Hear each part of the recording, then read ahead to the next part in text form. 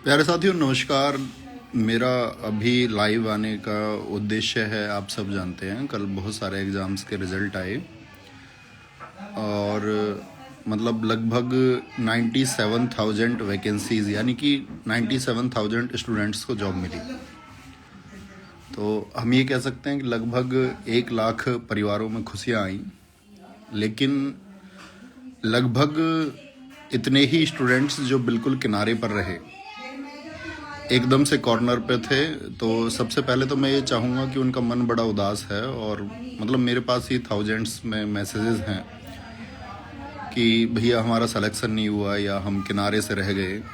तो मैं ये कहूँगा दोस्त, मतलब बहुत दुख की बात है और मतलब त्यौहार के टाइम पे रिजल्ट जो आया है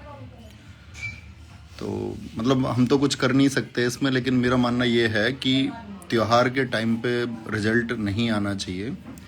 क्योंकि खुशियाँ जो मनती हैं वो तो ठीक है, वो अच्छी बात है और हमें खुशी भी होना चाहिए जो लोग सेलेक्ट होते हैं। लेकिन जो सेलेक्ट नहीं हो पाते हैं उनका जो दर्द है, जो पीड़ा है,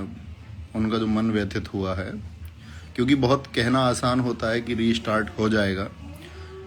लेकिन रीस्टार्ट करने में अपने आप में परेशानी है। मैं तो ये कहूँगा कि जो सेलेक्ट नहीं हुए अगर वो भी सेलेक्ट हो जाते तो शायद वो जो सेलेक्ट नहीं हुए उनके बारे में सोच नहीं रहे होते,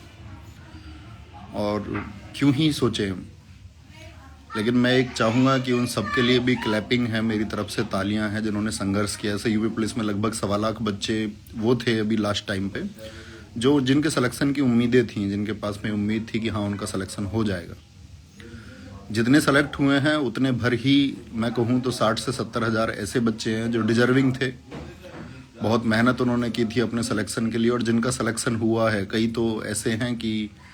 ना सिलेक्शन होने वाले उनसे ज़्यादा होनहार छात्र थे लेकिन सिलेक्शन नहीं हो पाया।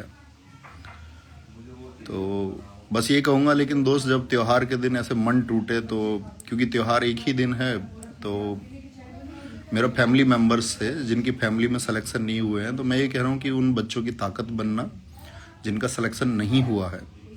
और आप एक बार उनको नरिश करना कि कोई बात नहीं बेटे फिर से हो जाएगा।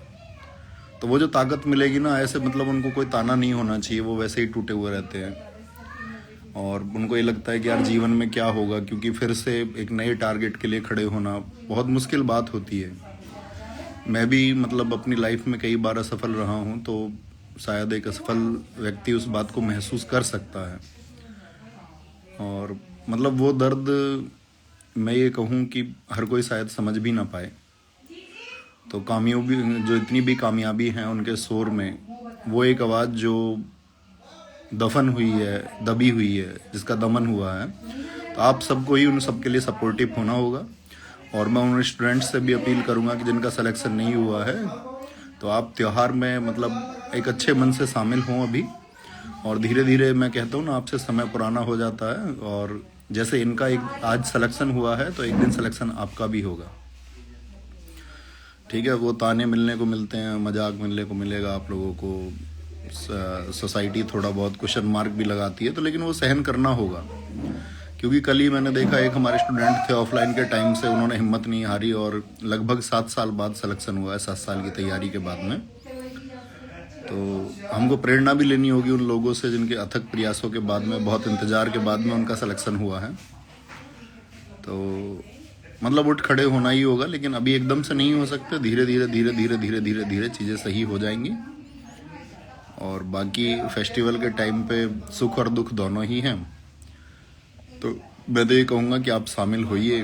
आना एक पॉजिटिव एनर्जी के साथ शामिल होइए और खुद को